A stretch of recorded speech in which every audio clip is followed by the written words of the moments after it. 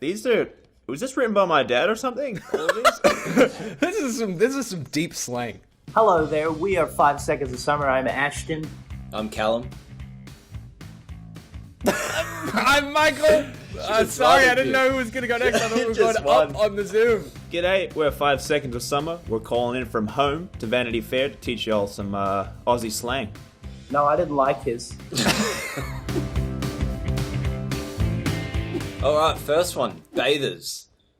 Bathers. Is this like Yeah, what you wear at swimming trunks? It's like swimmers. Yeah, it'd Or be like, I don't know, maybe you're in a communal bath and there No, are it's not like a bathers. bather, like another person is a bather. Oh, okay, so it's... Alright, so bathers... No, a fellow bather.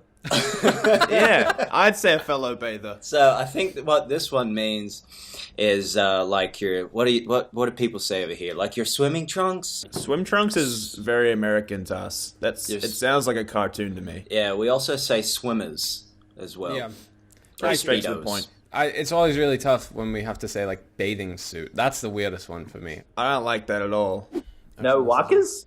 Or you could say no whacking furries. That is a good one. No worries, no whackers, no WOKKAS. There's no problem here. We have no issues with what is happening. Hakuna Matata. Yeah. Yeah. Oh, have a blue. Oh, so have a blue. This is my dad would say this all the time. If they get into a fight, and it's called a blue. So if you're like maybe coming from the bruising you received from such blue, I don't know. But my dad would always call that. Oh yeah, like if like footballers got into a fight, be like, yo, they're gonna have a blue or something. I didn't know that one. I didn't know that. That's good knowledge, Luke. Thank you. Give a bell. I can only assume give a bell. Does anyone know what this is? I don't know what this is. Hold on, let me give it a Google. I'm since we're at assuming- home. Wouldn't you just give someone a ring, calling them?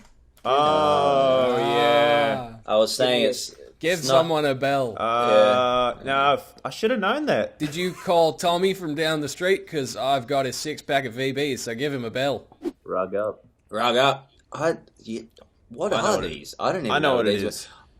Alright, go on then. No, I know what it you have is. a go. Alright, so this one basically means if it's cold outside, right? If it's cold outside, you need to rug up. So put something on warm. Or like, grab your nearest rug. It can be taken literally. Yeah, that's good. Is that right? That's good. Traditionally, yeah, you say you go into, your mum and dad, you got a soccer game on Saturday morning, it's cold outside because it's, it's early and it's, in winter or something. Oh, mate, you got to rug up before you go out there. You got to catch a cold or something. I don't know. I actually have heard that one before. Yeah, great Rug up. memoir. Yobbo. You bloody yobbo! We'll let the most yobbo man in the group take it away, Ash. So am I technically a yobbo? Always have, always will be. Once a Does that yobbo, mean, always like- a yobbo. Does that mean I'm a bogan? Yeah, pretty much, yeah. Synonyms are bogan. Darrow.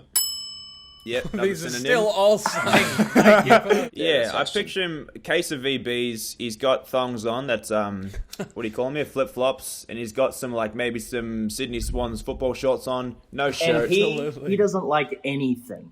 Yeah, nothing. He's not a fan. Especially not you. I'm not a yobbo. Sounds like you're telling yourself that. Idiot box seems pretty self-explanatory. I don't think I've ever actually heard this, or maybe I've been called it. It just seems pretty straight to the point. You are an idiot box. I thought it was a television.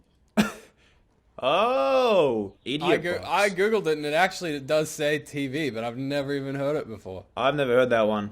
Well, you wouldn't call someone an idiot box, like a box of A box idiots. of know. idiots. Yeah, I guess Oh, I I can love see. this one. Legless. What is this? Let's get legless. So what we Oh!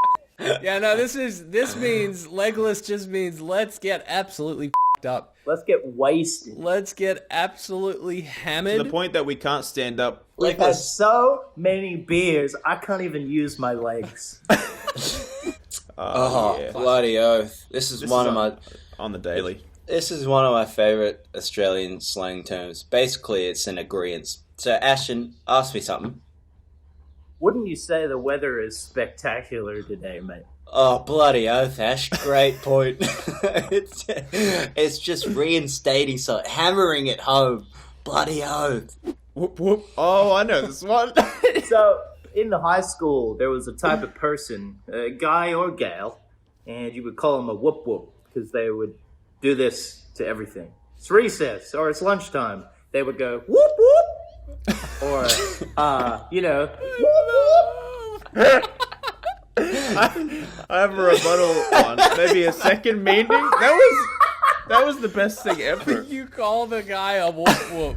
Or you could kind of compare it to where we grew up. So, like, you're city folk. You're talking to city folk, and they live in the city, and you're like, well, I came out from Whoop Whoop. Whoop Whoop is a suburb which you don't name because they wouldn't know where it is. Away, no one's ever heard of it. It's an undefined place that just you don't know where it is. And that's probably where the YOBBOs are from. They hang out with the YOBBOs. All the out in YOBBOs Whoop are Whoop. from Whoop Whoop. Absolutely. The YOBBOs are legless in Whoop Whoop for sure. Oh, bloody oath. Next one is shout. Alright, so I've taken a bit of stick for this. If you're a bit of a cheapsy, bleep out, you're a bit of a cheap person, then you don't, like, if you go to the bar, instead of, like, buying a round, you'd shout around for everyone. So you, like, buy a round of drinks, or maybe a meal, so you'd, like, shout someone. I don't think you're too familiar with that one. I'm impressed you explained that one. I've been shouted a bunch, yeah. That's true. Dog's breakfast. Today I'm a little hungover. I got legless last night, and I stepped outside into the sunshine. I caught a glimpse of myself on the reflection of the car, and I look like a dog's breakfast. It's insinuating you've given the dog the leftovers from the food you ate in the past week that isn't going to go use. You go, I'll give it to the dog. I don't want it to go to waste. So it looks like a conglomeration of all different things, which now you've looked at your face and you go, man, my face resembles a dog's breakfast. Also, quite similar to the saying, a head like a half-sucked mango. Yeah, Which I'm sure you were looking like as well. That gives me the shivers, that one. I love that one. I look like it's me after a tour. I look like a dog's breakfast. Oh, Larrikin. okay. This all comes back to me. I'm getting in the headspace now of a true Aussie growing up. I heard these a lot in my neighborhood. So Larrikin, the parents are like upset at the kids for like making a bunch of noise. They're carrying on, walking around with heads like half-sucked mangoes, whooping around, and that would be referred to as Larrikin. Yeah, Aussie larrikin, funny bloke. You know, you see larrikins abroad, and you run into them. And if you're a fellow larrikin, and there's a group of people, and this is our Australian friend Glenn, and he's like, "G'day, my name's Glenn." He's really big personality, really putting on the Australian, because that's his main characteristic, and that's how he made friends abroad.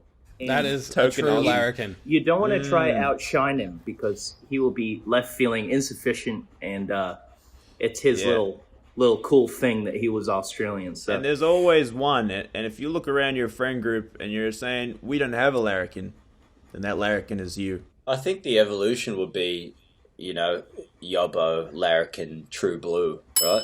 True blue is like the ultimate evolution state that you can get to. Oh, this one's easy. I don't know this one. You do it. Really? Oh, BROLLY, it's umbrella. Never called it Umbrella. that. Not in Quakers Hill, mate. It's called an umbrella where we're from. Yeah, you go 30 minutes westerly, and that'll be called the BROLLY. Just notice how much time we're saving by shortening these words, by, put a little spin on them. Good. It's just, at the end of your life, you're going to have so much When free you start, time. when you count up the amount of Just time you saving all this save, time. over like 100 years, you save maybe like, who knows, 5 minutes? You think you're going to live for 100 years? Absolutely. 112. 112 me. I'll take this one. Mate, I don't know this. that horse has never won a race. You got BUCKLEY'S chance. There you go. How about that? You'll never finish high school. You got BUCKLEY'S chance.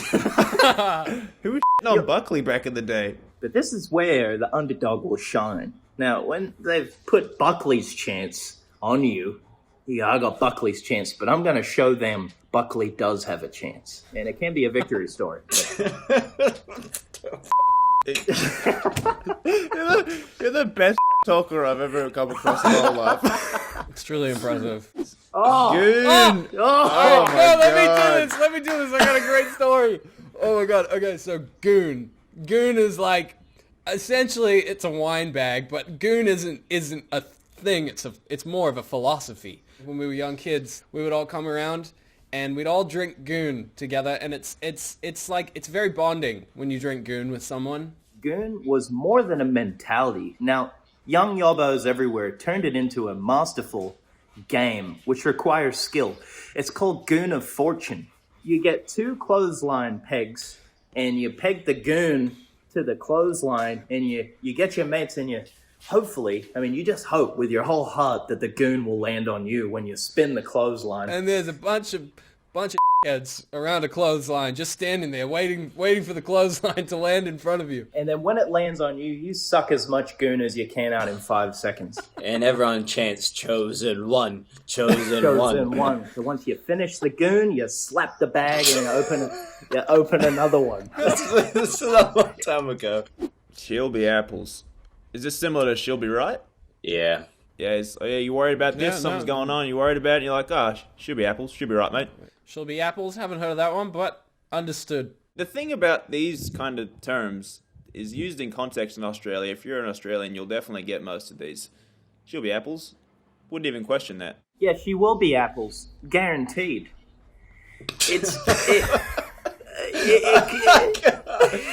I can't go through another one.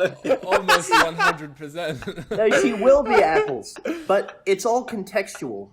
I could say, yeah, she'll be mixed bag of fruit. Yeah, she'll be bamboo. She'll be Hyundai. It's more like the She'll be cadence and the perfectly melody and the sky tone blue. of it. Yeah, it's how you deliver it and why and when. It's a range of things. You know, it's a complex culture down in Australia. I don't expect all of you to understand it. We're really complicated beings, you know? She will be apples, she'll be apples. Don't go getting on too many goon bags. Look after each other and your fellow yobbos. And remember, remain the larrikin in your friends group.